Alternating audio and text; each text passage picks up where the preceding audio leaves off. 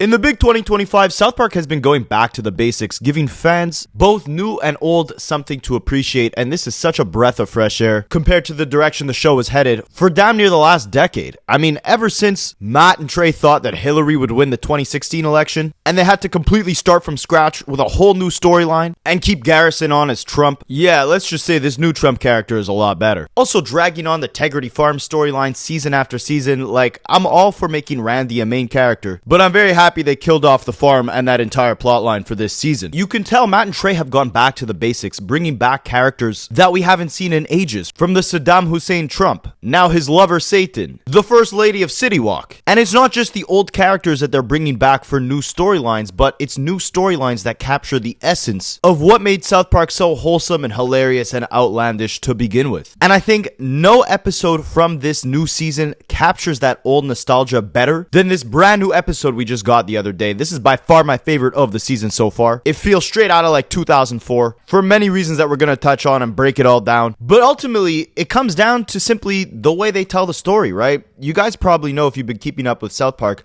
Matt Stone and Trey Parker, they have almost what I'd like to call a genius psychological hack or blueprint for storytelling. At the core of it, Matt Stone and Trey, they just basically replace any scene transition, like one scene to the other, that feels like an and then moment with a but or a therefore. So it's like, for them, it's a bad storyline when you're getting something like event 1 happened and then event 2 happened. But if you want to really engage the viewer and make the storyline a lot more dynamic and layered, then you take the but or therefore approach. This event happened, therefore the next event had to happen. So as a result, you don't just feel like you're watching a bunch of scenes that kind of have no real relation. They're just being delivered back to back to back. And instead, you have a bunch of different scenes that couldn't happen without the previous ones, and they all kind of intertwine together to create one ultimate storyline with several different subplots. Take the episode Medicinal Fried Chicken from season 14, for example. There's two completely different subplots going on.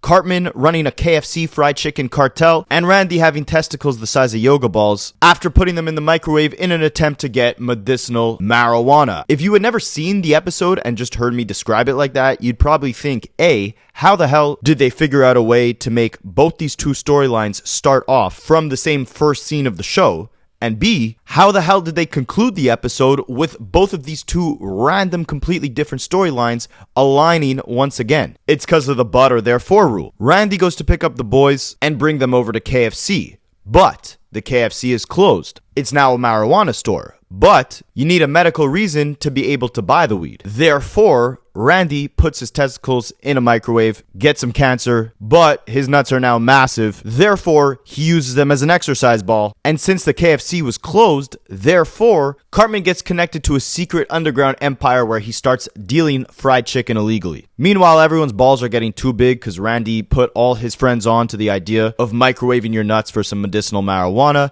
They start a protest that the medicinal marijuana stores need bigger doors to accommodate their massive nuts. Ever since they banned fried chicken and replaced it with medicinal marijuana stores, everybody has cancer. Therefore, the only logical conclusion was that KFC was making everyone healthy. Therefore, bring back the fried chicken stores and shut down the marijuana stores. You see how many times I used but and therefore? I don't even know if I was using them right. But it's just important to note, these are two completely separate storylines that are going on, each of them taking up 50% of the episode with no characters overlapping in the storylines except for at the beginning and at the end. That's what Matt and Trey do so well. That's what makes South Park so enthralling, because you feel like you're on this roller coaster ride of the wackiest things possible happening, somehow still tied back to some grander social commentary, meanwhile keeping an action-packed storyline that flows at a very layered and high level. And I feel like this is the first time they perfected that in a while with this brand new episode from season 27. The episode starts off with the girls at school obsessing over these Laboo dolls. Now, I've seen this nonsensical meme about the 24-karat Laboo or whatever the hell. I never thought to take the time to actually research what this thing was. Apparently, it's been taking over the internet. And South Park was able to educate us on exactly what the hell is going on with this Laboo craze throughout this episode. We'll get to that. But yeah, I feel old, guys. Like, I remember the Webkinz days. Mid-2000s, early internet era. Good times. I actually gave my friend in elementary school my Webkinz password back in the day, and he robbed me of all the crap that I worked so hard to build in my Webkinz house. That taught me a valuable lesson. To never trust a soul. And it seems like that sort of conniving spirit that the Webkinz collectibles used to bring out when I was a little kid is translating into the world of Laboobos. Because as Cartman sees the two girls talking about the different Laboobos they have,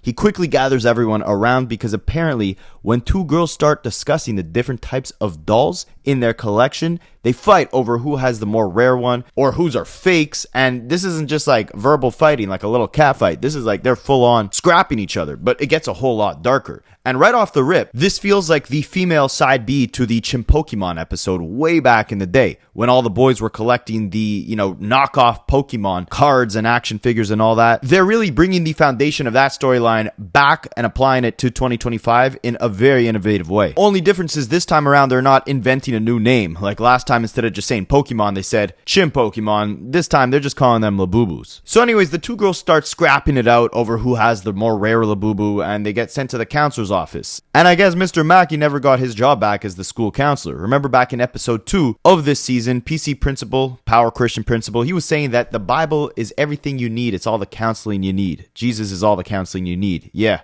Well, now Jesus is literally the school counselor. Wow, what kind of counseling was that? I don't know, Jesus sucks, dude. Our old counselor was so much better.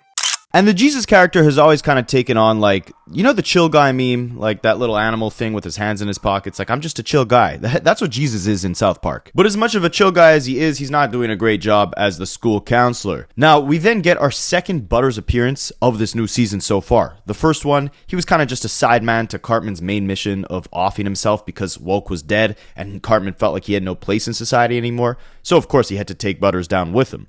But now Butters is getting asked out by this girl named Red. And honestly, before this season, I hadn't been keeping up too closely with the last couple of seasons. I'd watch an episode here and there. But drop a comment. Is this a new character, this Red character, or has she been around for a few years? Also, if you want me to do a retrospective of like my favorite South Park seasons or episodes, or even actually watch the new seasons in full and do some sort of review on them, let me know in the comments. But anyways, this Red character, she asked Butters out. She wants to hang out with Butters on her birthday. And as she walks away, she's got a couple of boo-boos attached to her knapsack. And they all have this like evil grin on their face. Like something is off with these little dolls. And then I looked it up, and that's really how the dolls look in real life. And some of them are going for like hundreds or thousands of dollars. We'll get to that. When the episode itself explains what Laboobos are, that's when I'll start explaining it to you guys. Anyways, so then Red, as she walks away, texts Butters saying that she wants a specific Laboo as her birthday gift. So you could kind of tell what type of timing she's on, right? The Laboobos have completely taken over every girl's mind within South Park. But Butters delivers what is probably the most hilarious one-liner of the entire season so far. Because he misinterprets Red's desire for gifts as a form of actual attraction to him. So he says, I'm about to find out if redheads really have red bushes.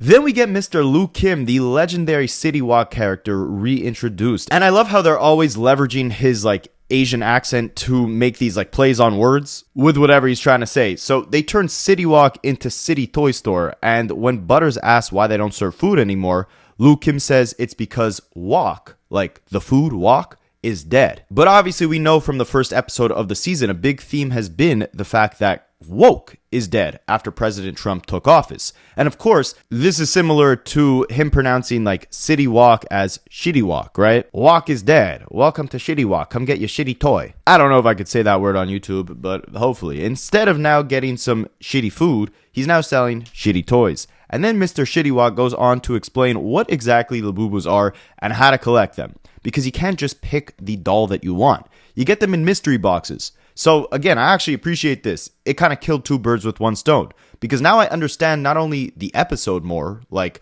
why all the kids in South Park are obsessed with these dolls, but I also now understand this weird craze within pop culture, within society, that I probably never would have taken the time out of my day to actually research myself, right? So I'm learning about, the new brain rot going on with the younger generation, and I'm doing it through a form of good entertainment. I didn't know what the hell Laboobos were, so thank you Matt Stone and Trey Parker for explaining it to me. And honestly, now the more that I think about it, throughout my entire childhood, I learned a ton of lessons from South Park about pop culture, what was going on in society. Like, I never knew Tom Cruise was rumored to be a fudge packer before that episode about him literally packing fudge.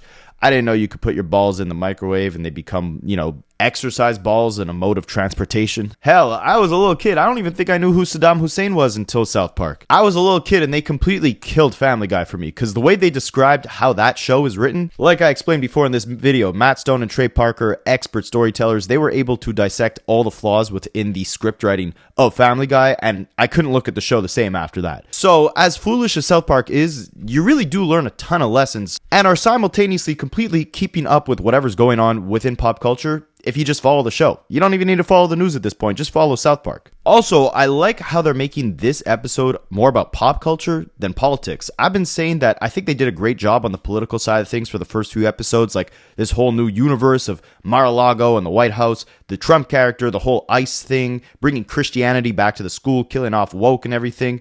But there's a lot of other fried things going on within society that they can leverage for hilarious storytelling. Like in my last video, I said they should do something related to brain rot with the Rizzler. And I guess this is kind of on that same type of wavelength, right? But just as I say that, here comes a little bit of political commentary because the little Labubu dolls are $85.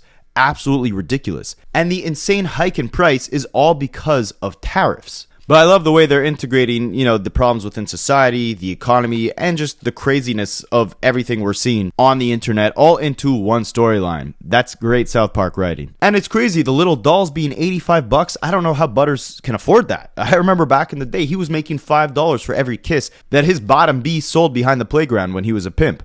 Or Cartman paying $16 for a set of pubes. And that small amount of cash was enough to make him unalive Scott Tenorman's parents. Now they're chucking $85 on a doll like it's nothing. It shows you how absolutely wild inflation has gotten since the early days of South Park. And now, speaking of tariffs, inflation, the economy, all that, we get the new Trump character heading out to a tariff convention with his hubby Satan. And as they hop off Trump's plane, they are talking to a very diverse crowd of basically all white news reporters. Off of Air Force One and will now speak to a diverse crowd of reporters. Over here, Mr. President, how did the tariff meetings go? And we get some more great wordplay when they ask Trump, Donald J. Melania has been spending tons of time in New York. The world wants to know, are you effing Satan? I'm not f***ing Satan. We're just sort of hanging out. With everything you've been doing, pretty much the whole country thinks you're f***ing Satan now. And when the guy asks that, of course, he's implying are you banging Satan? But it sounds like he's asking Trump, are you literally Satan? Are you effing Satan? Same way Tom Cruise was packing fudge in a fudge factory and he was mad that everyone was calling him a fudge packer. I'm assuming you guys know what a fudge packer is. Yeah, Trump is having that same reaction when they ask if he's effing Satan. But anyways, back to the Laboobos. So they're having a school meeting. The new counselor, Jesus, is very concerned with the whole obsession with the dolls and the fist fighting over the Laboobos. We get more understanding of what the infatuation in the real world is with Laboobos in this conversation as well. I'm literally learning as I'm watching the episode. Essentially, people do unboxings of these dolls on TikTok. Some of them are rare, some of them are fake, so you don't know what you'll get. The rare ones go for a lot of money, and you could get a lot of views by reviewing the rare ones on TikTok. And then the classic South Park humor comes into play. Of course, it's not just as basic as, Matt and Trey describing to the audience what the whole craze about Laboobos is. They're going to take it up a notch. So after unboxing the Laboobos, the girls become possessed and start performing a satanic ritual. So already so far in this episode, Trump is effing Satan, TikTok is effing Satan, and these deranged dolls are effing Satan. It also plays into the grand idea or conspiracy that China is poisoning the American youth through these sort of pop culture phenomenons that they're creating and we're consuming. Especially TikTok. The big conspiracy is that TikTok in China is all like math videos, educational videos, none of that fried nonsense that we get over here. But in America, the algorithms are polluted with crap like Labubu unboxings or just absolute nonsense, right? So PC Principal says, I don't know if the Labubus came cursed from China or if the kids are just infusing the black magic within it, which is true as well with TikTok. Is it really China corrupting our minds through the algorithms of this app?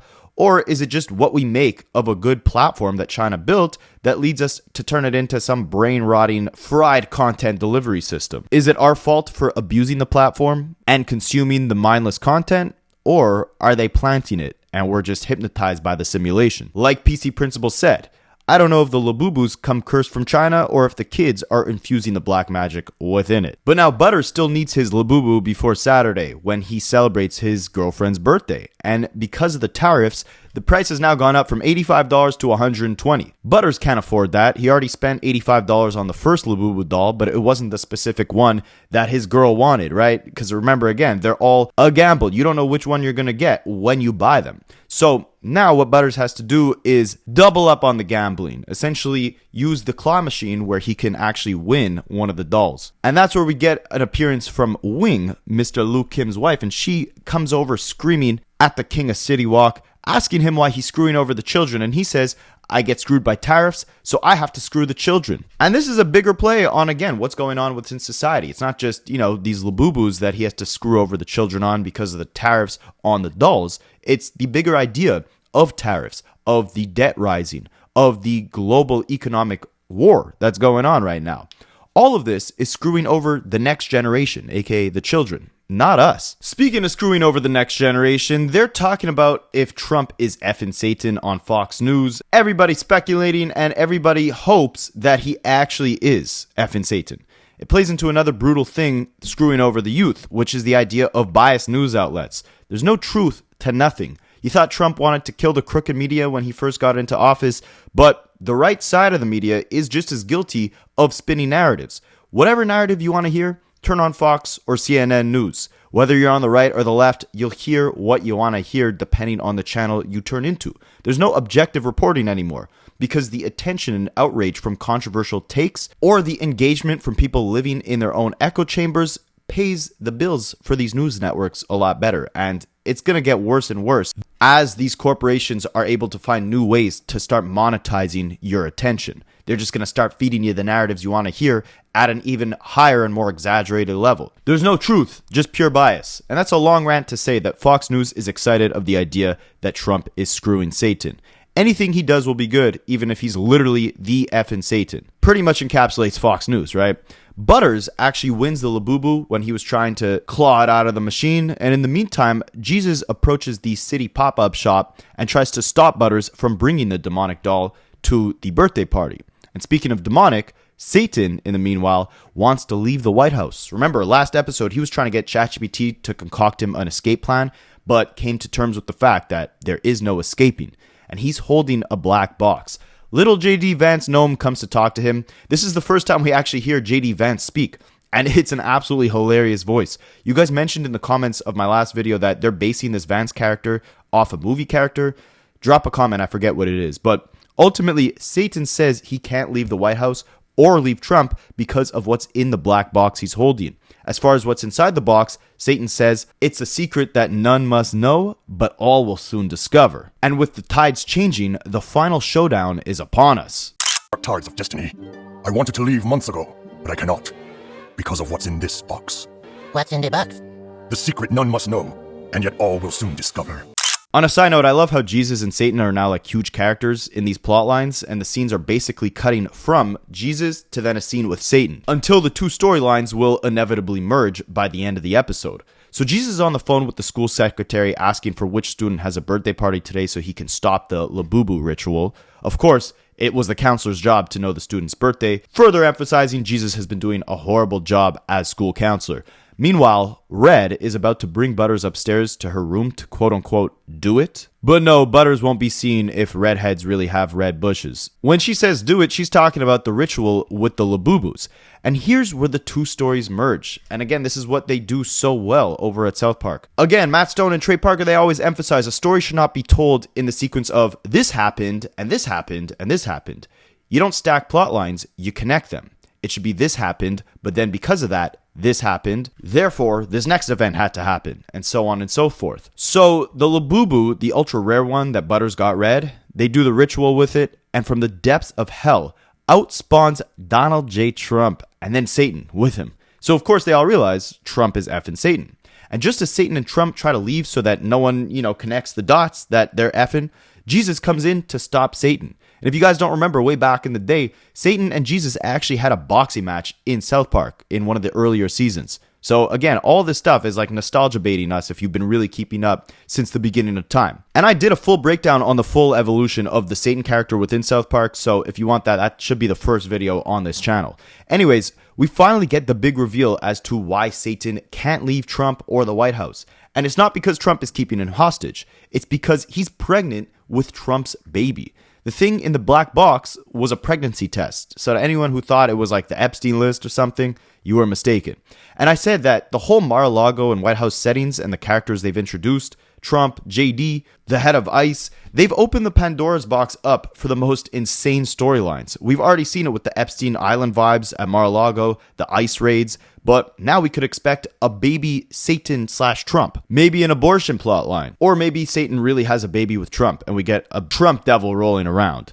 So Fox News confirms that Trump has effed Satan. They're all celebrating, very happy. And I'm just curious, are they killing off Mackie from the show? Is he still stuck at Mar-a-Lago? We haven't seen him since episode 2, where he tried to escape Mar-a-Lago, and it seemed like that was the only episode that kind of ended in this very open-ended type of way. Like, you would assume by the ending of the episode that Mackie had escaped, but they don't physically show him running out of Mar-a-Lago. It just kind of cuts to him getting to the front of the house. It was kind of an uneventful ending, but maybe they did it on purpose to leave the storyline open for Mackie to be stuck at Mar-a-Lago with those Epstein vibes and forced to continue doing insane work for ICE. Whatever it is, he's definitely not the school counselor, because the episode ends with Jesus giving Butters and Red detention for doing their Laboo ritual, and he also bans TikTok, Laboobos, and cell phones from the school.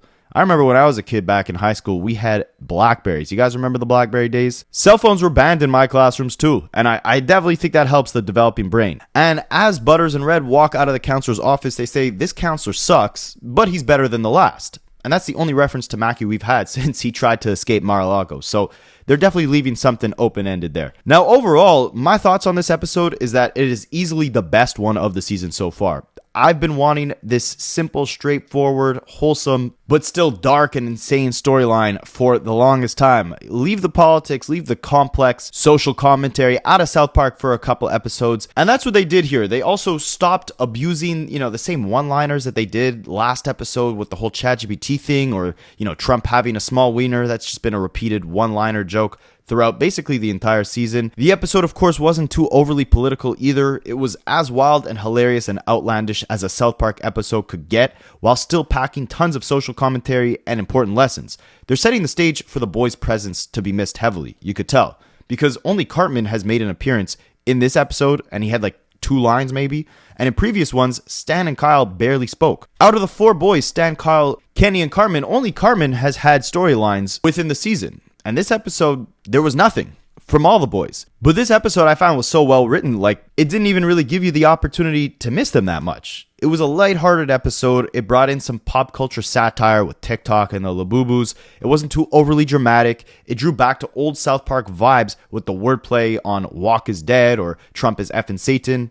Okay, so there maybe were a couple one-liners that were continued all throughout the episode. I know I said that, the running joke of Trump having a small wiener, that was kind of annoying. I guess they did that here with the Trump is effing Satan thing as well, but with this one, there was an actual payoff to the joke. Trump and Satan aren't just effing, they're having a kid. So that mini Trump will literally be effing Satan. And the whole episode, all the different subplots come full circle in an incredibly smooth way and work off each other to the point where you can't have one plot line of Satan trying to escape without the other plot line of them doing demonic rituals with the Laboo and Jesus trying to stop them, right? They both tie into each other at the end of the episode, which makes for, in my opinion, peak South Park script writing. So you combine the strong storytelling with the old school jokes and nostalgia baiting us, bringing back some old characters, and to me, this is the perfect South Park episode. But let me know what you guys think, and I'll catch you in the next one.